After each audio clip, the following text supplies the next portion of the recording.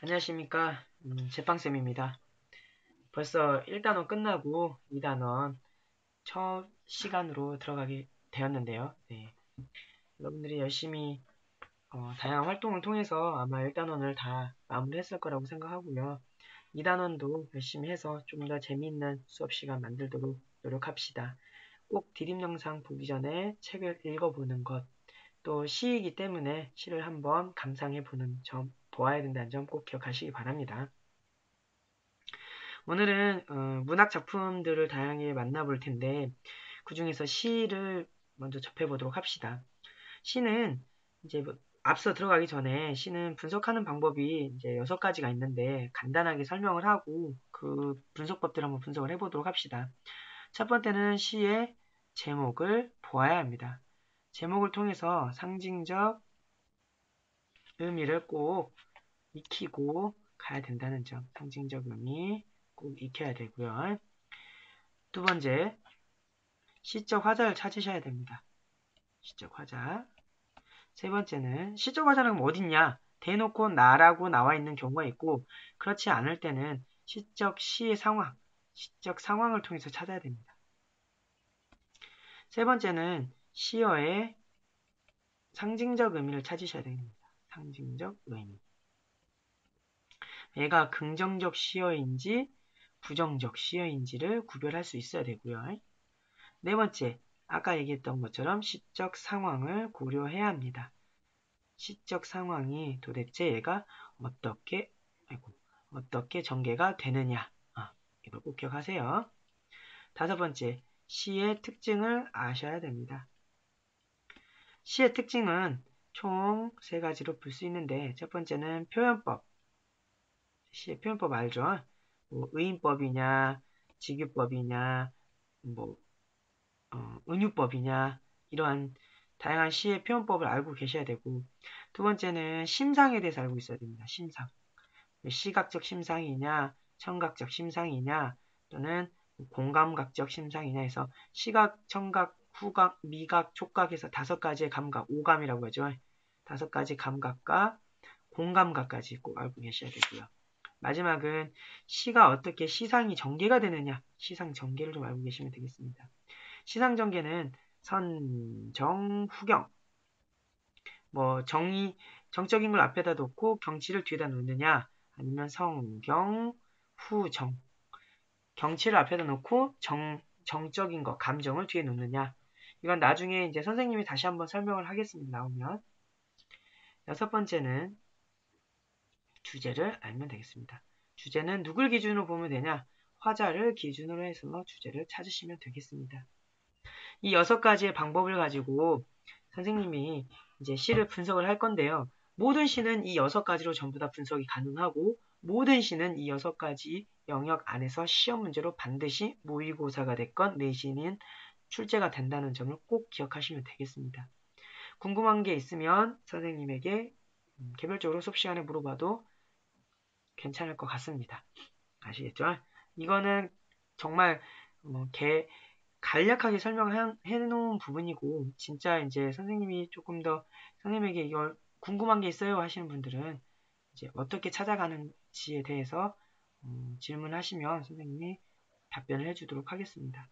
이 부분에 맞춰서 그럼 이 시를 한번 분석을 해봅시다. 모든 시는 이렇게 전부 다 분석이 가능합니다. 이 6가지 방법으로. 그리고 이 6가지를 반드시 찾아내셔야 한다는 점 꼭꼭 기억하셨으면 좋겠습니다. 자, 본격적으로 시를 한번 감상해 보도록 합시다. 먼저 선생님이 뭐부터 보라고 그랬나요? 네, 제목부터 보라고 했죠. 제목에 새들, 새와 세상을 뜬다라는 표현이 있죠. 새라는 표현은 우리가 관습적 상징이라고 해서 상징적 의미가 상당히 새는 자유로운 존재로 보고 있습니다. 자유로운 새가 세상이라고 했으니까 기준이 나를 기준으로 했으니까 새들이 날아간다고 하는 거죠. 표현이 뜨는구나 했으니까 세상이라고 했으니까 세상은 내가 있는 현실이겠죠. 새들이 내가 있는 현실을 뜨는구나, 떠나가는구나. 그래서 나는 어떻다는 건지 나의 시적 화자가 나타내는 점을 꼭 찾으면 되겠습니다. 그래서 제목을 꼭 살펴보시면 무언가 새들이 부럽다. 새들이 부럽다. 라는 걸 조금 어필하고 싶은 것 같아요. 자, 시의 이제 배경적인 부분들을 보기 전에 그냥 시 자체만 놓고 봅시다. 영화가 시작하기 전에 우리는 영화, 여러분들 알고 있는 그 영화관에서 하는 그 영화예요. 영화가 시작하기 전에 우리는 시적 화자 찾으라 그랬죠, 선생님이. 이제 시적 화자를 찾아볼게요. 시적 화자, 두 번째 시적 화자. 나가 있냐 없냐를 찾으시면 돼요. 시적 화자에서. 나 있나요? 한번 쭉 한번 훑어볼게요, 선생님이. 쭉 내려볼게요. 나라는 말이 있나요, 없나요? 없죠. 나란 말이 없으면 시적 상황을 봐야 되는데 이 시적 상황을 쭉 다 읽기에는 좀 벅찹니다. 왜냐? 앞에서 시적 화자를 빨리 찾아야 되는데 내가 못 찾으니까. 그러면 이런 말들을 찾아내시면 돼요. 우리라는 말. 우리라는 말은 곧 그 안에 누가 있는 거예요? 나가 있는 거예요. 그래서 나나 우리나 같은 의미로 보시면 돼요. 그럼 나는 어떻다는 거야, 지금? 이 시 안에서 나가 어떻다는 건지에 대해서 찾으면 돼요. 우리는 영화가 딱 시작하기 전에 우리는 영화가 시작하기 전에 뭐 봅니까? 우리 일반적으로 광고를 보죠. 광고를 보지만 이때는 언제인지 모르겠지만 일제히 일어나서 애국가를 경청한대요. 일제히 일어났다.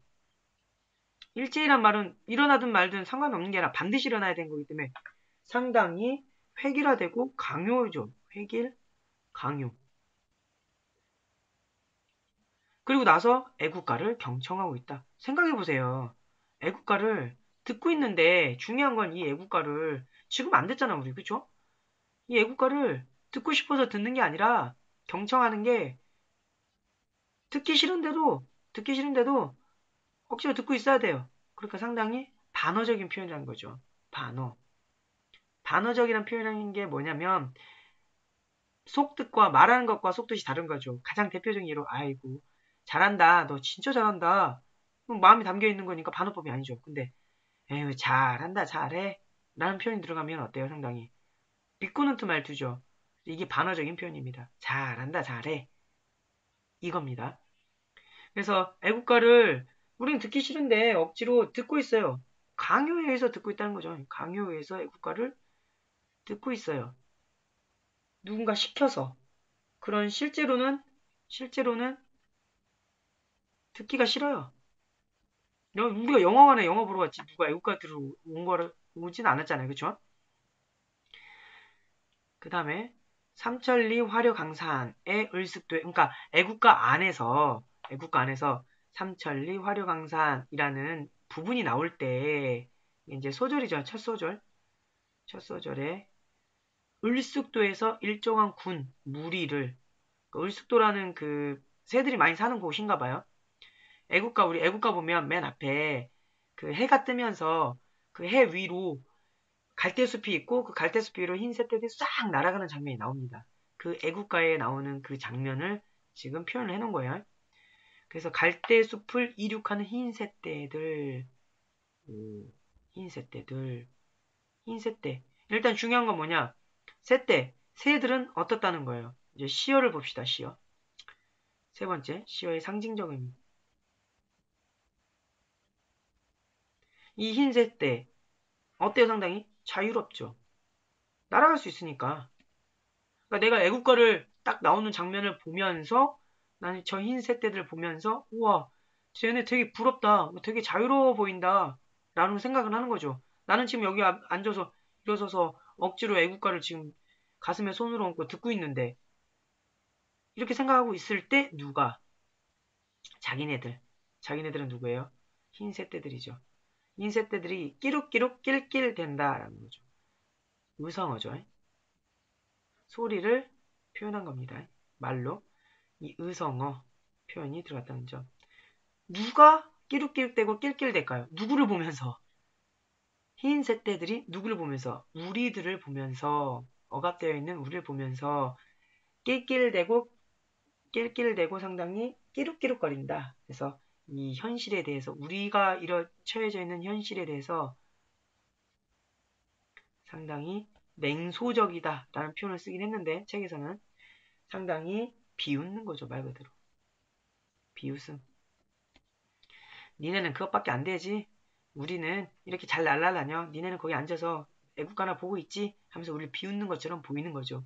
1열, 2열, 3열 행대로 자기들의 세상이니까 좋은 세상이죠. 왜냐면 이 자기들의 세상은 얘네들은 날아가는 거지만 1열, 2열 횡대로 사회적 분위기. 보세요. 1열, 2열, 3열. 사회적인 분위기. 사회적 분위기가 뭐냐면 군대적인, 군대적, 억압적 이런 거에 대해서 이런 단어들을 통해서 뭐 하고 있는 거예요? 풍자하고 있는 거죠. 그래서 이 세상에서 떼어매고 이 세상 바깥으로 이 세상과 이 세상 밖 또 나오죠. 시야의 상징적 의미 볼게요. 아까 흰색 떼들 있었죠. 흰색 떼들하고 그러면 서로 비교되는 게 뭘까요? 밑에 있죠. 우리들도 그러면 낄낄대고 깔록된다 그러죠. 우리들하고 서로 뭐가 된다? 비교되죠. 얘네는 자유롭고 대조되죠. 우리는 억압됐죠. 이해하셨나요? 두 번째, 어디? 이 세상하고 이 세상 밖 서로 대조되죠. 어떻게 대조됩니까? 이 세상은 현실이죠. 현실은 억압됐고 이 세상 밖은 이상향이죠. 또 내가 소망하는 곳이에요. 그렇죠? 가고 싶은 곳이잖아요. 또는 자유로운 곳이에요. 그렇기 때문에 여기와 그 현실과 억압되어 있는 이 세상과 이 세상 밖은 서로 대립되는 시어라는 점 기억하시면 되겠습니다. 그러면서 우리들과 아까도 얘기했지만 우리들과 흰 새떼들은 서로 비교가 된다는 거. 왜? 흰 새떼들은 어떻게 갑니까? 낄낄대면서 가죠. 우리를 비웃으면서. 하지만 우리도 여기도 우성어 있죠. 낄낄대고 깔룩대죠. 문제는 뭐에 대해서 낄낄대고 깔깔댈까요? 깔쭉댈까요? 그렇죠. 똑같습니다. 현실에 대해서 역시 똑같이 냉소적으로 또는 비판적으로 비웃는 거죠, 말 그대로. 그래서 우리들이 뭐랍니까? 대열을 이루죠, 똑같이. 그래놓고 똑같죠. 한 세상 떼어매고 이 세상 바깥으로 어디론가 날아갔으면 여기까지가 누구의 소망입니까? 누구의 소망이에요? 시적 화자의 소망이죠. 그러면 시적 화자의 태도가 나오죠. 두 번째, 아까 연갈지어서 소망입니다, 소망. 무엇을 하고 싶다라는 소망, 이렇게 해보고 싶다라는 소망이 드러난다는 점. 그 다음에 네 번째, 나중에 다 읽고 나서 네 번째, 시적 상황을 한번 볼게요. 대한 사람 대한 이란 말이 나옵니다. 이제 끝났네요. 애국가가 끝이 납니다. 길이 보전하세 하면서 애국가가 끝소절로 내달르면서 나는 쭉 지켜보고 있었지만 사람들이 어떻게 하면 돼요? 전부 다 이제 각각 자리에 앉기 시작하겠죠. 각각 자리에 앉으면서 이 사람들은 우리는 무엇이 될 수 없다? 새가 될 수 없어. 그러면서 뭘 느낍니까? 좌절감을 느끼죠. 그러면서 어떻게 합니까? 털썩 주저앉아 버립니다. 주저앉으면서 어떻게 되면 깊은 좌절감을 느끼죠. 그래서 시적 화자의 태도는 소망에서 나중에 이렇게 하면서 우리는 새가 될 수 있을 거야 라고 소망을 하지만 나중에 어떻게 된다? 좌절감을 느끼게 된다라는 점. 현실을 인식하고요. 시적 상황은 그림을 그려볼까요? 스크린 안에서 애국가가 나오는데 이 애국가 안에서 새들이 날아가는 장면이 나와요. 그러면서 소망하고 희망하지만 나중에 여기에 서 있던 스크린 바깥에 우리들의 현실을 보면서 좌절을 하죠. 희망을 가졌다가 좌절을 맛보게 되는 그런 형태의 시적 상황을 볼 수 있습니다. 시의 특징들로 보자면 아까 나왔던 의성어 나왔었죠. 그 다음에 반어적인 표현 나왔었죠. 반어적 표현. 이 두 가지. 반어적 표현이 하나가 더 나왔는데 삼천리 화려강산이라는 말도 반어적인 표현입니다. 이 부분에 삼천리 화려강산. 왜 그러냐면 지금 우리 상황은 화려강산이 아닌데 화려한 강산을 가지고 있다라고 우리는 지금 억압되어 있고 자유가 없는데 화려한 강산이라는 말을 통해서 상당히 지금 어디 갔지? 여기 있다. 화려강산. 말이 안 되는 부분이죠, 이게. 그래서 반어적인 표현이라고 볼 수 있습니다.